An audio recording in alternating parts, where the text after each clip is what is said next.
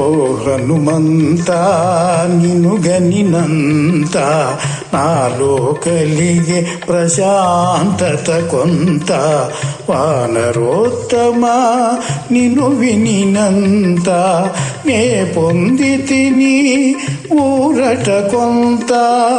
రాముని వేగమే రమ్మని తెలుపుము, 2 నెలల గడువు మరువబోకుము అని పల్కె సీత హనుమంతునితో సంపూర్ణమైన విశ్వాసముతో.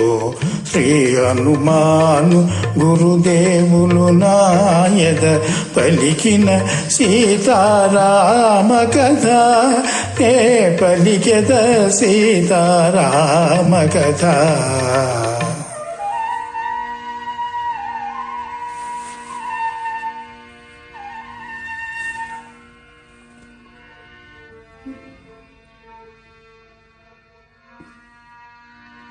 తల్లి నీవిటూ శోకింపనేల, వగచి వగచి ఇటూ భీతిల్లనేల.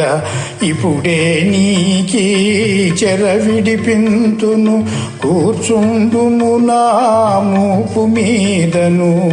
వచ్చిన త్రోవనే కొనిపోయదను, శ్రీరామునితో నిన్ను చేర్చెదను అని హనుమంతుడు సీతతో పల్కె.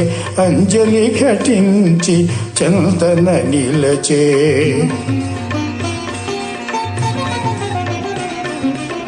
పోనివ్వకపోతివిగా హనుమా, సహజమైన నీ చంచల భావము అరయగ అల్ప శరీరుడవీవు. ఏ తీరుగా నన్ను కొనిపోగలవు, రాముని కడకే నన్ను చేర్చెదవో, కడలిలోననే జార విడుతువో అని పల్కె సీత హనుమంతునితో తనలో కలిగిన వాత్సల్యముతో.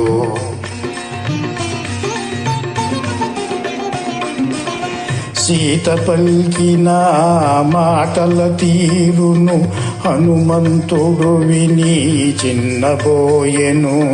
సీత చెంత తన కామరూపమును ప్రదర్శింపగా సంకల్పించెను.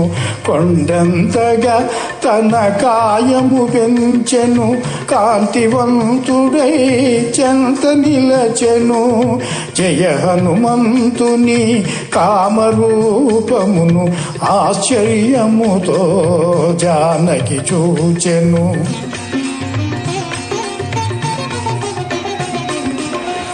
అద్భుతమౌ నీ కామరూపమును కాంచితినయ్యా, శాంతింపుమయ్యా పవన కుమారా.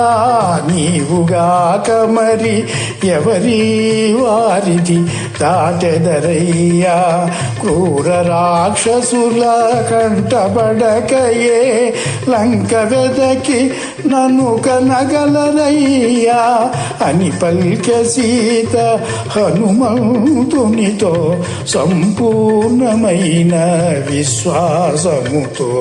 శ్రీ హనుమాను గురుదేవులు నాయద పలికిన సీతారామ కథ, నే పలికెద సీతారామ కథ.